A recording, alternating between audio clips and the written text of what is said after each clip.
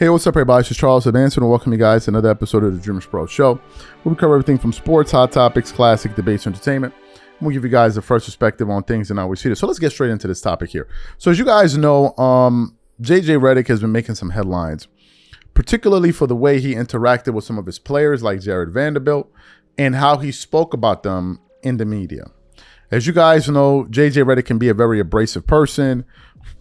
Some people call it passion. Some people call it lack of self-control. But JJ at times tends to point fingers at others. I've heard a bunch of people talk about this. Even first things first, Nick Wright was complaining about this. Some other shows have complained about JJ Redick.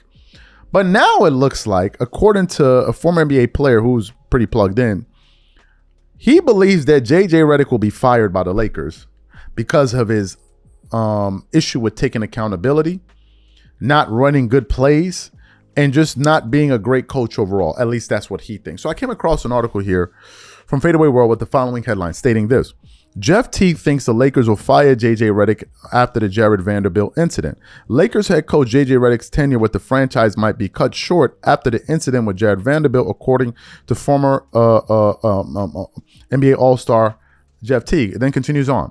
The Los Angeles Lakers have gone 0-3 in April after a dominant March, which saw them go from fighting to stay out of the play-in tournament to rising all the way to the number 3 seed in the West. Unfortunately, injuries to Luka Doncic and Austin Reeves have caused the franchise to crash in their last 3 games with terrible performances leading to blowouts.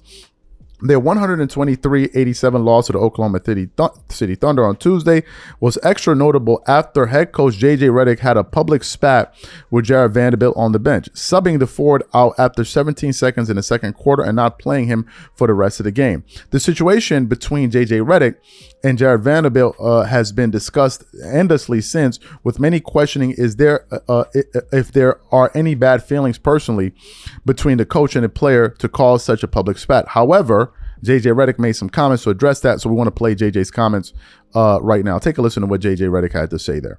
What led to the exchange between you and Jared Vanderbilt early on in the second quarter? Just a confluence of things. Again, it's nothing personal with him. Normal stuff from my end. I think for all of us, being undermanned and we've got to scrap and claw. We've got to all be on the same page. We got to be great teammates. We got to all play hard. Called a timeout to get him out of the game, and he reacted. But again, normal interaction for me. What was he not doing in his shift then? What was he not doing? Yeah, to take him out. Like what? Again, it was a confluence of things, Dan. I guess just what has been sort of like the emotional whiplash of like the guys that are on the court tonight, the Ruiz, the DeAndre Aytons, guys that a week ago were focusing for a push for really deeper in the playoffs to now kind of just sort of like treading water, I guess. Well, that's one way to look at it. That's not how I look at it. And it's my job to make sure, and again, this is the way things started tonight. And, I just called the early timeout because Rui didn't do his job. And so took him out of the game. We got to find 9 guys that are like all in on us fighting and willing to go out on the, whatever metaphor you want to use. I don't want to use a war metaphor in this time, but whatever you got to do to go out and fight and be all in on the team, we'll find the 9 guys. It's a great opportunity for us over the next 3 games to find those guys. JJ, you mentioned on Saturday, the practice before the Dallas game, that you're going to ask DeAndre to do some different things.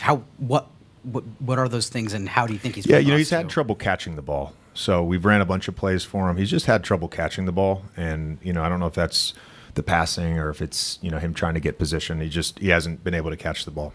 You mentioned one of your previous answers, just trying to find the 9 guys. Considering guys are playing different roles or playing time is going to be different before. Can this period almost feel a little bit like a reset, just considering almost feel like there's a blank slate in some sense? Yeah, I think that's tonight. Obviously, we wanted it to be a close game, but it was an opportunity for a bunch of guys to play a lot of minutes.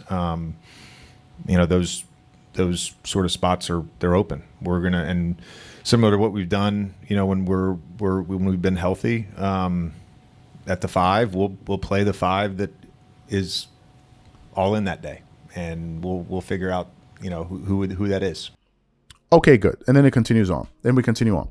Redick's actions have caused former NBA All-Star Jeff Teague to share a bold take on the Club 520 podcast, saying that Redick will be fired by the Lakers after such disrespectful behavior to players on his roster. So what we want to do now is want to play what Jeff Teague had to say here on the show, and his reasoning for it, and then we'll come back and continue on with the show. Take a listen to Jeff Teague here. He's a JJ going great, boy. The Lakers. Yeah, JJ won't be part of this team. He won't be the coach next year. He's a he is sick of this. He's gonna get fired for sure, bro. Damn. And he don't even deserve to, because it's not his fault. It's when his best players got hurt. Yeah. I don't think they're gonna fire him. Nobody, people are gonna stop liking him. You can't do that, bro. As long as Luka like you good, but it's a fact. Why you can't catch the ball? And he don't look like he's enjoying this no more. He about to go back to pod. Yes. He said, yeah, he's struggling to catch the ball. You can't say that, bro. You basically saying he's sad. Damn. I mean, but what if we passing you the ball, you're not catching it? I mean, shit, just let everybody else say it, bro. You can't say it, you the coach. You gotta take the blame. Like, man, we just maybe running some bad plays. Like, yeah. He said maybe it's the passing.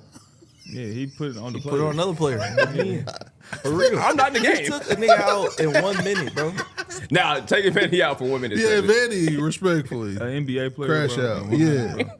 Nah, Vandy crash out. I ain't mad at that. But JJ saying maybe it's the passer. Maybe this nigga can't catch the ball. What else you want him to say? Nothing. Maybe I gotta draw some better plays so he can be more. Find another way. Yeah, you gotta put the blame. I'm on not mad somehow. at that.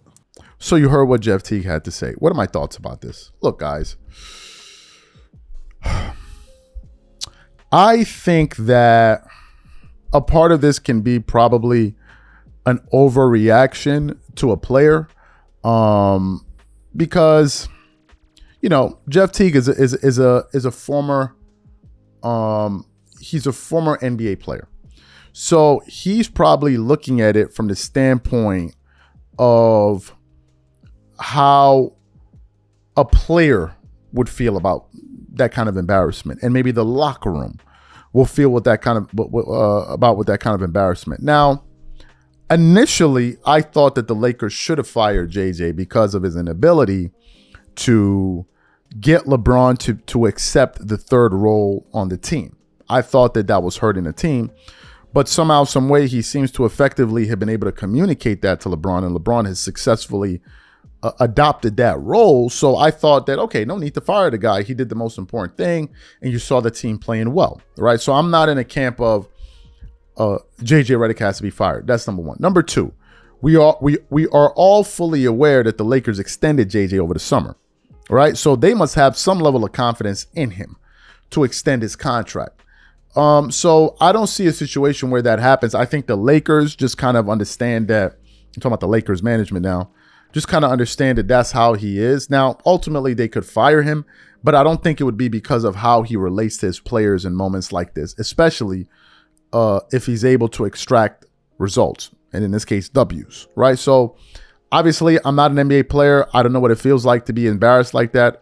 Obviously, Jeff Teague is, and he has his own unique insight, and maybe that's the reason that he's saying it. So, you guys let me know what you think about it. Do you think that this is a fireable offense for the Lakers? Whatever you guys think, leave them in the comments. We catch you on the next show, and I'm out. Peace.